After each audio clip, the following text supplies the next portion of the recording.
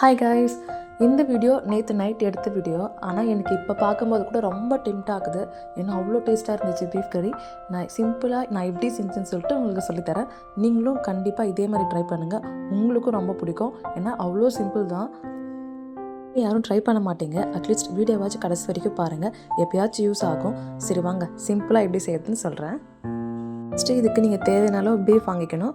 Beef வாங்கிட்டு நல்லா wash பண்ணிவிட்டு குக்கரில் சேர்த்துக்கோங்க. கூடவே மஞ்சள்தூள், உப்பு, சால்ட்டு சேர்த்து தேவையான தண்ணி ஆட் பண்ணி ஒரு 4 to 5 விசில் விட்டு எடுத்துக்கோங்க. பீஃப் நல்லா சாஃப்டாக வந்துடும். இப்போ பேனில் தாராளமாக ஆயில் சேர்த்துக்கோங்க. ஆயில் சேர்த்துட்டு கூடவே பெருஞ்சீரகம், கட் பண்ண பெரிய சைஸ் வெங்காயம் 2 நல்லா தாராளமாக சேர்த்துக்கோங்க. நல்லா வதக்கிக்கலாம். வெங்காயம் வந்துட்டு நல்லா கலர் சேஞ்ச் ஆகி வந்து இஞ்சி பூண்டு பேஸ்ட்டு, கொஞ்சோண்டு மஞ்சள்தூள், கட் பண்ண 2 தக்காளி சேர்த்து நல்லா மிக்ஸ் பண்ணிக்கலாம். தக்காளி நல்லா குழைய வதங்கணும். நல்லா குழைய வதங்கிட்டு அதோட ஸ்மெல்லு போன உடனே நம்ம மசாலா சேர்த்துக்கலாம். கொஞ்சோண்டு கரம் மசாலா, தனி மிளகாய் தூள், மட்டன் மசாலா, உங்கள்கிட்ட என்னெல்லாம் மசாலா இதெல்லாம் ஆட் பண்ணிக்கோங்க. டேஸ்ட்டு சூப்பராக தான் இருக்கும். அப்புறம் வீட்டு குழம்பு மிளகாய்த்தால் 1 ஸ்பூன் சேர்த்துக்கிறேன். எல்லாம் சேர்த்து நல்லா மசாலா ஸ்மெல் போகிற அளவுக்கு மிக்ஸ் பண்ணிக்கலாம். நம்ம பீஃப் சேர்த்துக்கலாம். பீஃப் சேர்த்துட்டு நல்லா மிக்ஸ் பண்ணி விட்டுட்டு 1 கப் இந்த வேக வச்சு தண்ணியை சேர்த்துக்கலாம். நார்மல் தண்ணி சேர்க்கறத விட இந்த தண்ணி சேர்த்தா எக்ஸ்ட்ரா டேஸ்ட்டு கொடுக்கும்.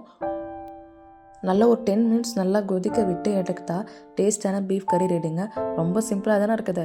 கண்டிப்பாக ஒரு ட்ரை பண்ணுவீங்களா? எனக்காக ட்ரை பண்ணுங்கள். டேஸ்ட்டு சூப்பராக தான் இருக்கும். ட்ரை பண்ணிவிட்டு எப்படி இருந்துச்சுன்னு மறக்காமல் கமெண்ட்ஸில் சொல்லுங்கள். அப்புறம் நம்ம சேனலை சப்ஸ்கிரைப் பண்ணிக்கோங்க, ஓகேவா? சால்ட்டு தேவைன்னா சேர்த்துட்டு கொத்தமல்லி தூவி இறக்குனா டேஸ்டான பீஃப் கறி ரெடி. இது இட்லி, தோசை, சப்பாத்தி, பூரி எல்லாத்துக்குமே சூப்பராக இருக்கும்.